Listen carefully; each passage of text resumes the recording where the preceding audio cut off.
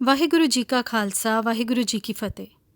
ਪਿਆਰੀ ਸਾਧ ਸੰਗਤ ਜੀ, ਮੈਂ ਜੋ ਵੀ ਇਨਫੋਰਮੇਸ਼ਨ ਆਪਣੀਆਂ ਵੀਡੀਓਜ਼ ਵਿੱਚ ਪਾਉਂਦੀ ਹਾਂ ਉਹ ਬਹੁਤ ਹੀ ਰਿਸਰਚ ਤੋਂ ਬਾਅਦ ਅਤੇ ਤੱਤ ਭਰਪੂਰ ਹੁੰਦੀਆਂ ਹਨ, ਪਰ ਫਿਰ ਵੀ ਕੋਈ ਗਲਤੀ ਹੋ ਜਾਵੇ ਤਾਂ ਮੈਂ ਮਾਫੀ ਚਾਹੁੰਦੀ ਹਾਂ। ਅੱਜ ਅਸੀਂ ਜਾਣਾਂਗੇ ਕਿ ਸਰਦਾਰ ਸੁਬੇਗ ਸਿੰਘ ਜੀ ਅਤੇ ਸਰਦਾਰ ਸ਼ਾਹਬਾਜ਼ ਸਿੰਘ ਜੀ ਕੌਣ ਸਨ। ਸਿੱਖ ਇਤਿਹਾਸ ਵਿੱਚ ਕਿਸ ਸ਼ਖਸੀਅਤ ਨੂੰ ਵਕੀਲ ਕਹਿ ਕੇ ਜਾਣਿਆ ਜਾਂਦਾ ਹੈ? ਨਵਾਬੀ ਦਾ ਖਿਤਾਬ ਕੀ ਸੀ? ਸਿੱਖ ਧਰਮ ਦੁਨੀਆ ਵਿੱਚ ਸਭ ਤੋਂ ਨਵੀਨਤਮ ਅਤੇ ਰੀਅਲਿਸਟਿਕ ਅਪਰੋਚ ਵਾਲਾ ਧਰਮ ਹੈ, ਜੋ ਉੱਚ ਵਿਚਾਰਾਂ, ਸਿੱਖਿਆਵਾਂ, ਧਰਮ ਨਿਰਪੇਖਤਾ, ਬਹਾਦੁਰੀ ਅਤੇ ਕੁਰਬਾਨੀ ਦੀ ਨੀਂਹ ਤੇ ਖੜਾ ਹੈ। ਸਿੱਖ ਧਰਮ ਵਿੱਚ ਹੋਈਆਂ ਕੁਰਬਾਨੀਆਂ ਦੀ ਜੇ ਗੱਲ ਕਰੀਏ ਤਾਂ ਇਸ ਦਾ ਮੁੱਢ 5ਵੇਂ ਪਾਤਸ਼ਾਹ ਸ੍ਰੀ ਗੁਰੂ ਅਰਜਨ ਦੇਵ ਜੀ ਨੇ ਲਾਹੌਰ ਵਿਖੇ ਬੰਨਿਆ, ਜਦੋਂ ਕਈ ਝੂਠੇ ਰਾਜਨੀਤਿਕ ਕਾਰਨਾਂ ਕਰਕੇ ਉਹਨਾਂ ਦੀ ਵੱਧ ਰਹੀ ਪ੍ਰਸਿੱਧੀ ਅਤੇ ਉਹਨਾਂ ਦੇ ਆਪਣੇ ਭਰਾ ਪ੍ਰਿਥੀ ਚੰਦ ਦੀ ਰੰਜਿਸ਼ ਸਦਕਾ ਜਹਾਂਗੀਰ ਦੇ ਹੁਕਮ ਅਨੁਸਾਰ ਉਹਨਾਂ ਨੂੰ ਸ਼ਹੀਦ ਕਰਵਾ ਦਿੱਤਾ ਗਿਆ। ਉਸ ਤੋਂ ਬਾਅਦ ਭਗਤੀ ਦੇ ਨਾਲ ਸ਼ਕਤੀ ਦੀ ਮਹੱਤਤਾ ਅਤੇ ਜ਼ਰੂਰਤ ਨੂੰ ਸਮਝਦੇ ਹੋਏ ਸ੍ਰੀ ਗੁਰੂ ਹਰਗੋਬਿੰਦ ਸਾਹਿਬ ਨੇ ਮੀਰੀ ਅਤੇ ਪੀਰੀ ਦੀਆਂ 2 ਤਲਵਾਰਾਂ ਚੁੱਕੀਆਂ। ਉਸ ਤੋਂ ਮਗਰੋਂ ਸ੍ਰੀ ਗੁਰੂ ਤੇਗ ਬਹਾਦਰ ਜੀ ਦੀ ਸ਼ਹੀਦੀ ਅਤੇ ਸ੍ਰੀ ਗੁਰੂ ਗੋਬਿੰਦ ਸਿੰਘ ਜੀ ਦੇ ਜੀਵਨ ਦਾ ਪੂਰਾ ਸਮਾਂ ਅਨਿਆਂ ਦੇ ਵਿਰੁੱਧ ਅਤੇ ਮਜ਼ਲੂਮਾਂ ਦੀ ਰੱਖਿਆ ਲਈ ਕੀਤੇ ਯੁੱਧਾਂ ਅਤੇ ਸ਼ਹੀਦੀਆਂ ਦਾ ਦੌਰ ਸੀ। ਹੁਣ ਅਸੀਂ ਗੱਲ ਕਰੀਏ 18ਵੀਂ ਸਦੀ ਦੀ, ਤਾਂ ਇਸ ਸਦੀ ਦਾ ਸਿੱਖ ਇਤਿਹਾਸ ਧਰਮ ਲਈ ਕੀਤੀਆਂ ਗਈਆਂ ਮਹਾਨ ਕੁਰਬਾਨੀਆਂ ਅਤੇ ਖਾਲਸੇ ਦੀ ਚੜ੍ਹਦੀ ਕਲਾ ਦਾ ਇਤਿਹਾਸ ਹੈ। ਇਸ ਸਮੇਂ ਵਿੱਚ ਸ੍ਰੀ ਗੁਰੂ ਗੋਬਿੰਦ ਸਿੰਘ ਜੀ ਦੇ ਜੋਤੀ ਜੋਤ ਸਮਾਉਣ ਤੋਂ ਲੈ ਕੇ 1765 ਤੱਕ ਦਾ ਸਮਾਂ ਅਸੀਂ ਲੈ ਰਹੇ ਹਾਂ। ਅਸੀਂ ਹਰ ਰੋਜ਼ ਆਪਣੀ ਅਰਦਾਸ ਵਿੱਚ ਉਹਨਾਂ ਸ਼ਹੀਦਾਂ ਨੂੰ ਯਾਦ ਕਰਦੇ ਹਾਂ ਜਿਨ੍ਹਾਂ ਨੇ ਧਰਮ ਹੇਤ ਸੀਸ ਦਿੱਤੇ, ਬੰਦ ਕਟਵਾਏ, ਖੋਪੜੀਆਂ ਲੋਹਾਈਆਂ, ਚਰਖੜੀਆਂ ਤੇ ਚੜੇ, ਆਰਿਆਂ ਨਾਲ ਚੀਰੇ ਗਏ, ਪਰ ਸਿੱਖੀ ਨੂੰ ਲਾਜ ਨਹੀਂ ਲੱਗਣ ਦਿੱਤੀ। ਇਨ੍ਹਾਂ ਸ਼ਹੀਦਾਂ ਦੀ ਲੰਮੀ ਕੜੀ ਵਿੱਚ ਆਉਂਦੇ ਹਨ ਪਿੰਡ ਜੰਬਰ, ਜ਼ਿਲ੍ਹਾ ਲਾਹੌਰ ਦੇ ਭਾਈ ਸੁਬੇਗ ਸਿੰਘ ਜੀ ਅਤੇ ਉਹਨਾਂ ਦਾ 18 ਸਾਲਾ ਪੁੱਤਰ ਭਾਈ ਸ਼ਾਹਬਾਜ਼ ਸਿੰਘ ਜੀ, ਜਿਨ੍ਹਾਂ ਨੂੰ ਯਾਹੀਆ ਖਾਨ ਦੇ ਹੁਕਮ ਨਾਲ 1745 ਵਿੱਚ ਲਾਹੌਰ ਵਿਖੇ ਚਰਖੜੀਆਂ ਤੇ ਚਾੜ ਕੇ ਸ਼ਹੀਦ ਕਰ ਦਿੱਤਾ ਗਿਆ ਸੀ। ਭਾਈ ਸੁਬੇਗ ਸਿੰਘ ਜੀ ਅਤੇ ਭਾਈ ਸ਼ਾਹਬਾਜ਼ ਸਿੰਘ ਜੀ ਦੀ ਸ਼ਹੀਦੀ ਦਾ ਮੁੱਢ ਕਦੋਂ ਅਤੇ ਕਿਵੇਂ ਬੱਝਾ, ਆਓ ਇਸ ਨੂੰ ਜਾਣੀਏ। ਦਿੱਲੀ ਦੇ ਮੁਗਲ ਬਾਦਸ਼ਾਹ ਫਰੁਖਸੀਅਰ ਨੇ 1713 ਵਿੱਚ ਅਬਦੁਲ ਸਮਦ ਖਾਨ ਨੂੰ ਲਾਹੌਰ ਦਾ ਸੂਬੇਦਾਰ ਨਿਯੁਕਤ ਕੀਤਾ। ਉਸਨੇ ਬਾਬਾ ਬੰਦਾ ਸਿੰਘ ਬਹਾਦਰ ਦੀ ਵੱਧ ਰਹੀ ਸ਼ਕਤੀ ਨੂੰ ਠੱਲ ਪਾਉਣ ਵਾਸਤੇ ਬੜੇ ਸਖਤ ਕਦਮ ਚੁੱਕੇ। ਦਸੰਬਰ 1715 ਵਿੱਚ ਬਾਬਾ ਬੰਦਾ ਸਿੰਘ ਬਹਾਦਰ ਨੂੰ ਗੁਰਦਾਸ ਨੰਗਲ ਦੀ ਗੜੀ 'ਚੋਂ ਉਹਨਾਂ ਦੇ 740 ਸਾਥੀਆਂ ਨਾਲ ਗ੍ਰਿਫਤਾਰ ਕਰਕੇ ਦਿੱਲੀ ਭੇਜ ਦਿੱਤਾ ਗਿਆ, ਜਿੱਥੇ ਜੂਨ 1716 ਵਿੱਚ ਉਹਨਾਂ ਨੂੰ ਬੜੇ ਤਸੀਹੇ ਦੇ ਕੇ ਕਤਲ ਕਰ ਦਿੱਤਾ ਗਿਆ। ਵਡੇਰੀ ਉਮਰ ਹੋ ਜਾਣ ਕਰਕੇ 1726 ਵਿੱਚ ਅਬਦੁਲ ਸਮਦ ਖਾਨ ਦੀ ਥਾਂ ਉਸਦੇ ਪੁੱਤਰ ਜ਼ਕਰੀਆ ਖਾਨ ਨੂੰ ਲਾਹੌਰ ਦਾ ਸੂਬੇਦਾਰ ਨਿਯੁਕਤ ਕੀਤਾ ਗਿਆ। ਉਹ ਸਿੱਖਾਂ ਨੂੰ ਦਬਾਉਣ ਦੇ ਮਾਮਲੇ ਵਿੱਚ ਆਪਣੇ ਪਿਤਾ ਅਬਦੁਲ ਸਮਦ ਖਾਨ ਤੋਂ ਵੀ 10 ਕਦਮ ਅੱਗੇ ਸੀ। ਲਾਹੌਰ ਦੀ ਸੂਬੇਦਾਰੀ ਸੰਭਾਲਦਿਆਂ ਹੀ ਉਸਨੇ ਆਦੇਸ਼ ਜਾਰੀ ਕਰ ਦਿੱਤਾ ਕਿ ਜਿੱਥੇ ਕਿੱਥੇ ਵੀ ਕੋਈ ਸਿੱਖ ਨਜ਼ਰ ਆਵੇ ਉਸ ਨੂੰ ਉੱਥੇ ਹੀ ਕਤਲ ਕਰ ਦਿੱਤਾ ਜਾਵੇ। ਸਿੱਖਾਂ ਦੇ ਘਰ-ਬਾਰ ਲੁੱਟਣ ਅਤੇ ਜ਼ਰ ਜ਼ਮੀਨ ਨੂੰ ਜ਼ਬਤ ਕਰਨ ਦੀ ਕਾਨੂੰਨੀ ਖੁੱਲ੍ਹ ਦੇ ਦਿੱਤੀ ਗਈ। ਕਿਸੇ ਸਿੱਖ ਦੀ ਸੂਚਨਾ ਦੇਣ ਵਾਲੇ ਨੂੰ 10 ਰੁਪਏ ਅਤੇ ਸਿੱਖ ਦੇ ਕੇਸ ਕਤਲ ਕਰਕੇ ਲਿਆਉਣ ਵਾਲੇ ਨੂੰ ਹਕੂਮਤ ਵੱਲੋਂ 2 ਕੰਬਲ ਇਨਾਮ ਵਿੱਚ ਦਿੱਤੇ ਜਾਣ ਲੱਗ ਪਏ। ਸਿੱਖਾਂ ਨੂੰ ਕਤਲ ਕਰਕੇ ਲਿਆਉਣ ਦਾ ਇਨਾਮ 50 ਰੁਪਏ ਸੀ। ਇਤਿਹਾਸਕਾਰ ਰਤਨ ਸਿੰਘ ਭੰਗੂ ਪ੍ਰਾਚੀਨ ਪੰਥ ਪ੍ਰਕਾਸ਼ ਵਿੱਚ ਲਿਖਦੇ ਹਨ, ਦੱਸਣ ਵਾਲੇ 10 ਰੁਪਏ ਔਰ ਮਾਰਨ ਵਾਲੇ 50, ਯਹ ਲਾਲਚ ਤੁਰਕਨ ਦਿਓ ਤਬ ਬਹੁਤ ਸਿੰਘਨ ਭਇਓ ਨਾਸ਼। ਉਸਨੇ ਸਿੱਖਾਂ ਨੂੰ ਟੋਲਣ ਅਤੇ ਸਜ਼ਾ ਦੇਣ ਲਈ ਸਭ ਪਾਸਿਆਂ ਵੱਲ ਸੈਨਿਕ ਟੁਕੜੀਆਂ ਭੇਜੀਆਂ। ਸਿੱਖਾਂ ਦਾ ਸ਼ਿਕਾਰ ਕਰਨ ਵਾਲੀਆਂ ਇਹ ਟੋਲੀਆਂ ਹਰ ਰੋਜ਼ ਸਵੇਰੇ ਲਾਹੌਰ ਤੋਂ ਨਿਕਲਦੀਆਂ ਅਤੇ ਪਿੰਡਾਂ ਅਤੇ ਜੰਗਲਾਂ ਦੀ ਛਾਣਬੀਨ ਕਰਕੇ ਪਕੜੇ ਗਏ ਸਿੰਘਾਂ, ਬੀਬੀਆਂ ਅਤੇ ਬੱਚਿਆਂ ਨੂੰ ਕੜੀਆਂ ਪਾ ਕੇ ਲਾਹੌਰ ਲੈ ਕੇ ਆਉਂਦੀਆਂ। ਲਾਹੌਰ ਲਿਆਉਣ ਮਗਰੋਂ ਉਹਨਾਂ ਨੂੰ ਵੱਖ-ਵੱਖ ਤਰੀਕਿਆਂ ਨਾਲ ਤਸੀਹੇ ਦਿੱਤੇ ਜਾਂਦੇ ਅਤੇ ਫਿਰ ਦਿੱਲੀ ਗੇਟ ਦੇ ਬਾਹਰ ਨਖਾਸ ਦੇ ਸਥਾਨ 'ਤੇ ਲੋਕਾਂ ਦੇ ਹਜੂਮ ਦੇ ਸਾਹਮਣੇ ਕਤਲ ਕਰ ਦਿੱਤਾ ਜਾਂਦਾ। ਕਤਲ ਕੀਤੇ ਗਏ ਸਿਰਾਂ ਦੇ ਮੀਨਾਰ ਚਿਣੇ ਜਾਂਦੇ ਤਾਂ ਕਿ ਕੋਈ ਵੀ ਹੋਰ ਸਿੱਖ ਸੱਜਣ ਦਾ ਹੌਸਲਾ ਨਾ ਕਰ ਸਕੇ। ਉਹਨਾਂ ਦਿਨਾਂ ਵਿੱਚ ਸਿੰਘ ਸੱਜਣਾ ਮਤਲਬ ਮੌਤ ਨੂੰ ਸੱਦਾ ਦੇਣ ਦੇ ਬਰਾਬਰ ਸੀ। ਜ਼ਕਰੀਆ ਖਾਨ ਦੇ ਜ਼ੁਲਮਾਂ ਦਾ ਇਹ ਦੌਰ 1732 ਤੱਕ ਜਾਰੀ ਰਿਹਾ। ਸਿੱਖ ਮੁੱਕਣ ਦੀ ਥਾਂ ਸਗੋਂ ਹੋਰ ਵੱਧਦੇ ਜਾ ਰਹੇ ਸਨ। ਹਕੂਮਤ ਦੀਆਂ ਸਖਤੀਆਂ ਤੋਂ ਡਰਨਾ ਤਾਂ ਦੂਰ, ਉਹ ਤਾਂ ਹੋਰ ਨਿਡਰ ਅਤੇ ਸ਼ਕਤੀਸ਼ਾਲੀ ਹੋ ਰਹੇ ਸਨ। ਜ਼ਕਰੀਆ ਖਾਨ ਸਿੱਖਾਂ ਨੂੰ ਸਖਤੀ ਨਾਲ ਦਬਾ ਸਕਣ ਵਿੱਚ ਬੁਰੀ ਤਰ੍ਹਾਂ ਨਾਕਾਮਯਾਬ ਰਿਹਾ। ਉਹ ਦੁਖੀ ਹੋ ਚੁੱਕਾ ਸੀ ਸਿੱਖ ਕੌਮ ਦੀ ਬਹਾਦਰੀ ਅਤੇ ਨਿਡਰਤਾ ਤੋਂ। ਹੁਣ ਉਸਨੇ ਸੋਚਿਆ ਕਿ ਜੇ ਚੈਨ ਨਾਲ ਹਿੰਦੁਸਤਾਨ 'ਤੇ ਰਾਜ ਕਰਨਾ ਹੈ ਤਾਂ ਸਿੱਖ ਕੌਮ ਨਾਲ ਸੁਲ੍ਹਾ ਕਰਨੀ ਹੀ ਜ਼ਿਆਦਾ ਸਿਆਣਪ ਹੈ। ਉਸਨੇ ਦਿੱਲੀ ਦੇ ਬਾਦਸ਼ਾਹ ਮੁਹੰਮਦ ਸ਼ਾਹ ਰੰਗੀਲਾ ਨੂੰ ਇਸ ਬਾਰੇ ਚਿੱਠੀ ਲਿਖੀ ਅਤੇ ਉਸ ਦੀ ਮਨਜ਼ੂਰੀ ਲੈ ਲਈ। ਹੁਣ ਸਿੱਖਾਂ ਨੂੰ ਸ਼ਾਂਤ ਕਰਨ ਲਈ ਜ਼ਕਰੀਆ ਖਾਨ ਨੇ ਜੋ ਨੀਤੀ ਅਪਣਾਈ, ਉਸ ਵਿੱਚ ਉਸਨੇ ਫੈਸਲਾ ਕੀਤਾ ਕਿ ਕੁਝ ਪਿੰਡਾਂ ਦੀ ਜਾਗੀਰ ਅਤੇ ਕਈ ਸਿੰਘਾਂ ਨੂੰ ਨਵਾਬੀ ਦਾ ਖਿਤਾਬ ਅਤੇ ਰੁਤਬਾ ਦੇ ਦਿੱਤਾ ਜਾਏ ਤਾਂ ਕਿ ਉਹ ਆਪਣੀਆਂ ਸਰਗਰਮੀਆਂ ਬੰਦ ਕਰ ਦੇਣ। ਸਿੱਖਾਂ ਨੂੰ ਦਬਾ ਕੇ ਰੱਖਣ ਦਾ ਇੱਕ ਇਹੀ ਢੰਗ ਉਹਨਾਂ ਨੂੰ ਸਮਝ ਵਿੱਚ ਆਇਆ। ਜ਼ਕਰੀਆ ਖਾਨ ਨੇ ਇਸ ਕੰਮ ਲਈ ਸਰਦਾਰ ਸੁਬੇਗ ਸਿੰਘ ਜੀ ਨੂੰ ਆਪਣਾ ਦੂਤ ਬਣਾ ਕੇ ਅੰਮ੍ਰਿਤਸਰ ਭੇਜਿਆ। ਹੁਣ ਸਵਾਲ ਇਹ ਉੱਠਦਾ ਹੈ ਕਿ ਸਰਦਾਰ ਸੁਬੇਗ ਸਿੰਘ ਜੰਬਰ ਜੀ ਕੌਣ ਸਨ ਜੋ ਸਿੱਖ ਹੁੰਦੇ ਹੋਏ ਵੀ ਜ਼ਕਰੀਆ ਖਾਨ ਦੇ ਦੂਤ ਬਣ ਕੇ ਉਹਨਾਂ ਦਾ ਪੈਗਾਮ ਲੈ ਕੇ ਸਿੱਖਾਂ ਕੋਲ ਗਏ ਸਨ। ਸਰਦਾਰ ਸੁਬੇਗ ਸਿੰਘ ਜੀ ਪਿੰਡ ਜੰਬਰ, ਜ਼ਿਲ੍ਹਾ ਲਾਹੌਰ ਦੇ ਰਾਏ ਭਾਗਾ ਜੀ ਦੇ ਸੁਪੁੱਤਰ ਸਨ। ਰਾਏ ਭਾਗਾ ਜੀ ਇੱਕ ਜ਼ਮੀਂਦਾਰ, ਸਰਕਾਰੀ ਠੇਕੇਦਾਰ ਅਤੇ ਬਾਰਸੂਖ ਇਨਸਾਨ ਸਨ ਜੋ ਅਰਬੀ ਅਤੇ ਫਾਰਸੀ ਦੇ ਚੰਗੇ ਗਿਆਤਾ ਸਨ। ਉਹਨਾਂ ਦੇ ਪੁੱਤਰ ਸਰਦਾਰ ਸੁਬੇਗ ਸਿੰਘ ਜੀ ਵੀ ਇਲਮ ਅਤੇ ਅਕਲ ਵਿੱਚ ਬੜੇ ਤੇਜ਼ ਸਨ। ਅਰਬੀ ਅਤੇ ਫਾਰਸੀ ਦੀ ਸਿੱਖਿਆ ਉਹਨਾਂ ਨੇ ਪਿੰਡ ਦੇ ਮਕਤਬ ਅਤੇ ਲਾਹੌਰ ਦੇ ਮਦਰਸੇ ਤੋਂ ਲਈ ਸੀ ਅਤੇ ਗੁਰਬਾਣੀ ਦਾ ਗਿਆਨ ਉਹਨਾਂ ਨੇ ਆਪਣੇ ਪਰਿਵਾਰ ਤੋਂ ਗ੍ਰਹਿਣ ਕੀਤਾ ਸੀ। ਸਰਕਾਰੀ ਭਾਸ਼ਾਵਾਂ ਦਾ ਚੰਗਾ ਗਿਆਨ ਹੋਣ ਕਰਕੇ ਉਹਨਾਂ ਨੂੰ ਜਲਦੀ ਹੀ ਸਰਕਾਰੀ ਨੌਕਰੀ ਮਿਲ ਗਈ ਤੇ ਹੌਲੀ-ਹੌਲੀ ਤਰੱਕੀ ਕਰਦੇ ਹੋਏ ਉਹ 15-20 ਪਿੰਡਾਂ ਦੇ ਠੇਕੇਦਾਰ ਬਣ ਗਏ ਸਨ। ਸਥਾਨਕ ਲੋਕ ਉਹਨਾਂ ਦੀ ਬੜੀ ਇੱਜ਼ਤ ਕਰਦੇ ਸਨ। ਬੇਸ਼ੱਕ ਸੁਬੇਗ ਸਿੰਘ ਜੀ ਦੇ ਪਿਤਾ ਰਾਏ ਭਾਗਾ ਜੀ ਇੱਕ ਸਹਿਜਧਾਰੀ ਸਿੱਖ ਸਨ, ਪਰ ਸਰਦਾਰ ਸੁਬੇਗ ਸਿੰਘ ਜੀ ਵਿਸਾਖੀ ਦੇ ਮੌਕੇ ਤੇ ਅੰਮ੍ਰਿਤਸਰ ਜਾ ਕੇ ਸਿੰਘ ਸੱਜ ਗਏ ਸਨ।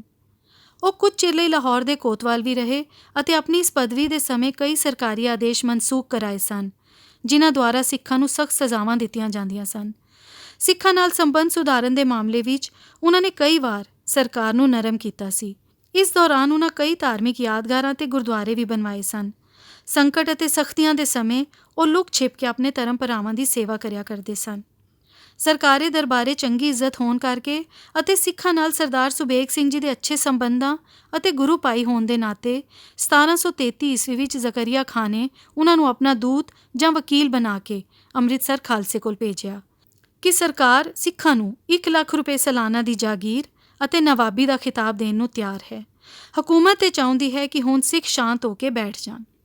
ਜਦੋਂ ਸਰਦਾਰ ਸੁਬੇਗ ਸਿੰਘ ਜੀ ਸਰਕਾਰ ਦੀ ਇਹ ਪੇਸ਼ਕਸ਼ ਅਤੇ ਸੁਝਾਅ ਲੈ ਕੇ, ਜਿਸ ਨੂੰ ਨਵਾਬੀ ਦਾ ਖਿਤਾਬ ਵੀ ਕਿਹਾ ਜਾਂਦਾ ਹੈ, ਅੰਮ੍ਰਿਤਸਰ ਪਹੁੰਚੇ ਤਾਂ ਖਾਲਸਾ ਅਕਾਲ ਤਖਤ ਸਾਹਿਬ ਦੇ ਸਥਾਨ ਤੇ ਜੁੜਿਆ ਹੋਇਆ ਸੀ। ਸਭ ਤੋਂ ਪਹਿਲਾਂ ਉਹਨਾਂ ਨੇ ਸਰਦਾਰ ਸੁਬੇਗ ਸਿੰਘ ਜੀ ਨੂੰ ਸਿੱਖ ਵਿਰੋਧੀ ਜ਼ਾਲਮ ਸਰਕਾਰ ਨਾਲ ਮਿਲਵਰਤਨ ਕਰਨ ਦੇ ਦੋਸ਼ ਕਰਕੇ ਤਨਖਾਹ ਲਗਾਈ, ਜਿਸ ਨੂੰ ਸਰਦਾਰ ਸੁਬੇਗ ਸਿੰਘ ਜੀ ਨੇ ਖਿੜੇ ਮੱਥੇ ਪ੍ਰਵਾਨ ਕਰ ਲਿਆ ਅਤੇ ਫਿਰ ਉਹਨਾਂ ਨੇ ਲਾਹੌਰ ਸਰਕਾਰ ਵੱਲੋਂ ਭੇਜੀ ਗਈ ਤਜਵੀਜ਼ ਸਿੱਖਾਂ ਦੇ ਸਾਹਮਣੇ ਰੱਖੀ।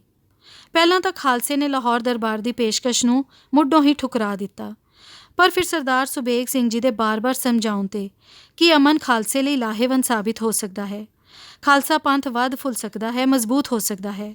ਖਾਲਸੇ ਦੀ ਜੋ ਸ਼ਕਤੀ ਮੁਗਲਾਂ ਨਾਲ ਲੜਨ ਵਿੱਚ ਜ਼ਾਇਆ ਜਾ ਰਹੀ ਹੈ, ਉਹ ਉਸ ਨੂੰ ਮਜ਼ਬੂਤ ਕਰ ਸਕਦੇ ਹਨ। ਉਹਨਾਂ ਨੇ ਇਹ ਵੀ ਕਿਹਾ ਕਿ ਇਹ ਪੇਸ਼ਕਸ਼ ਸਰਕਾਰ ਵੱਲੋਂ ਤੁਹਾਡੇ ਤੱਕ ਆਈ ਹੈ, ਤੁਸੀਂ ਉਹਨਾਂ ਕੋਲੋਂ ਕਿਸੇ ਵੀ ਹਿੱਤ ਦੀ ਮੰਗ ਨਹੀਂ ਕੀਤੀ। ਇਹ ਸਭ ਕੁਝ ਸੁਣ ਕੇ ਖਾਲਸਾ ਜਾਗੀਰ ਅਤੇ ਨਵਾਬੀ ਦਾ ਖਿਤਾਬ ਪ੍ਰਵਾਨ ਕਰਨ ਲਈ ਤਿਆਰ ਹੋ ਗਿਆ। ਖਾਲਸੇ ਵੱਲੋਂ ਗੱਲਬਾਤ ਕਰਨ ਵਾਲਿਆਂ ਵਿੱਚ ਭਾਈ ਹਰੀ ਸਿੰਘ ਹਜੂਰੀਆ, ਦੀਪ ਸਿੰਘ ਜੀ, ਜੱਸਾ ਸਿੰਘ ਰਾਮਗੜੀਆ, ਕਰਮ ਸਿੰਘ ਅਤੇ ਸਰਦਾਰ ਬੁੱਧ ਸਿੰਘ ਜੀ, ਜੋ ਮਹਾਰਾਜਾ ਰਣਜੀਤ ਸਿੰਘ ਦੇ ਪੜਦਾਦਾ ਸਨ, ਸ਼ਾਮਿਲ ਸਨ। ਇਸ ਜਾਗੀਰ ਵਿੱਚ 3 ਪਰਗਨਿਆਂ ਦੇ ਪਿੰਡ ਸ਼ਾਮਿਲ ਸਨ: ਦੀਪਾਲਪੁਰ, ਕੰਗਨਪੁਰ ਅਤੇ ਚਬਾਲ। ਇਹਨਾਂ ਪਰਗਨਿਆਂ ਦੀ ਸਾਲਾਨਾ ਆਮਦਨ 1 ਲੱਖ ਰੁਪਏ ਸੀ।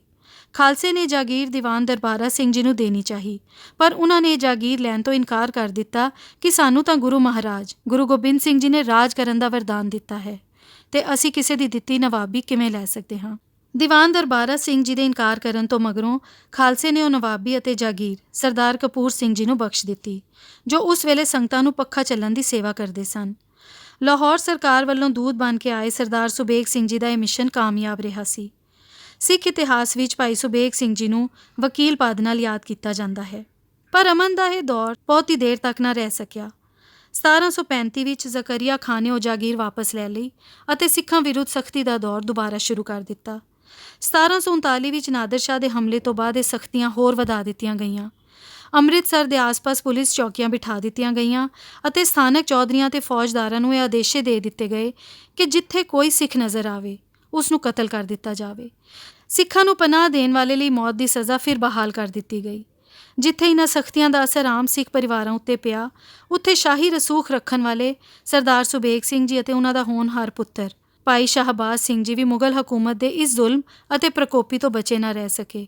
ਹਾਲਾਂਕਿ ਕਈ ਵਾਰ ਸਰਦਾਰ ਸੁਬੇਗ ਸਿੰਘ ਜੀ ਨੇ ਜ਼ਕਰੀਆ ਖਾਂ ਵਾਸਤੇ ਬੜੇ ਵੱਡੇ ਕੰਮ ਕੀਤੇ ਸਨ।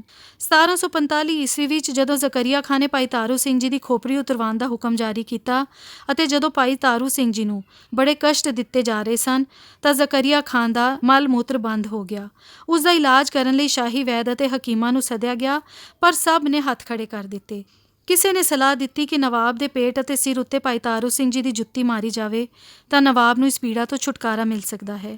ਅਜਿਹੀ ਹਾਲਤ ਵਿੱਚ ਇੱਕ ਵਾਰ ਫਿਰ ਜ਼ਕਰੀਆ ਖਾਂ ਨੇ ਸਰਦਾਰ ਸੁਬੇਗ ਸਿੰਘ ਜੀ ਨੂੰ ਭਾਈ ਤਾਰੂ ਸਿੰਘ ਜੀ ਕੋਲ ਭੇਜਿਆ ਕਿ ਨਵਾਬ ਆਪਣੇ ਕੀਤੇ ਤੇ ਸ਼ਰਮਸਾਰ ਹੈ, ਉਹ ਉਹਨਾਂ ਕੋਲੋਂ ਮਾफ़ੀ ਮੰਗਦਾ ਹੈ। ਉਹ ਇਹ ਚਾਹੁੰਦਾ ਹੈ ਕਿ ਤੁਸੀਂ ਉਸ ਲਈ ਅਰਦਾਸ ਕਰੋ ਕਿ ਨਵਾਬ ਨੂੰ ਇਸ ਪੀੜਾ ਤੋਂ ਛੁਟਕਾਰਾ ਮਿਲ ਜਾਵੇ।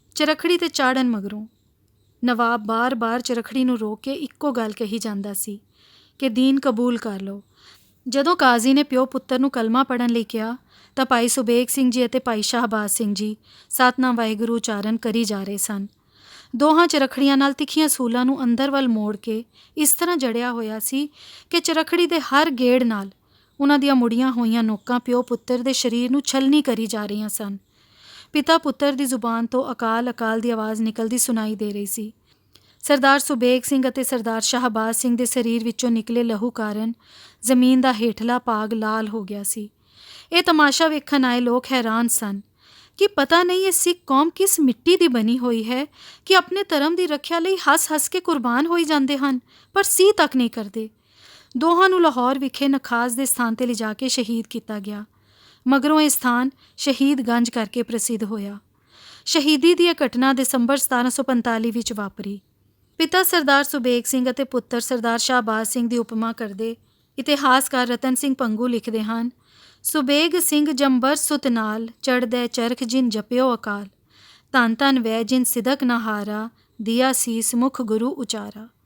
ਸਰਦਾਰ ਸੁਬੇਗ ਸਿੰਘ ਪੂਰਨ ਗੁਰਸਿੱਖ, ਜਪੀ ਤਪੀ ਅਤੇ ਅਕਾਲ ਪੁਰਖ 'ਤੇ ਅਟਲ ਵਿਸ਼ਵਾਸ ਰੱਖਣ ਵਾਲੇ ਧਰਮੀ ਜੋੜੇ ਸਨ।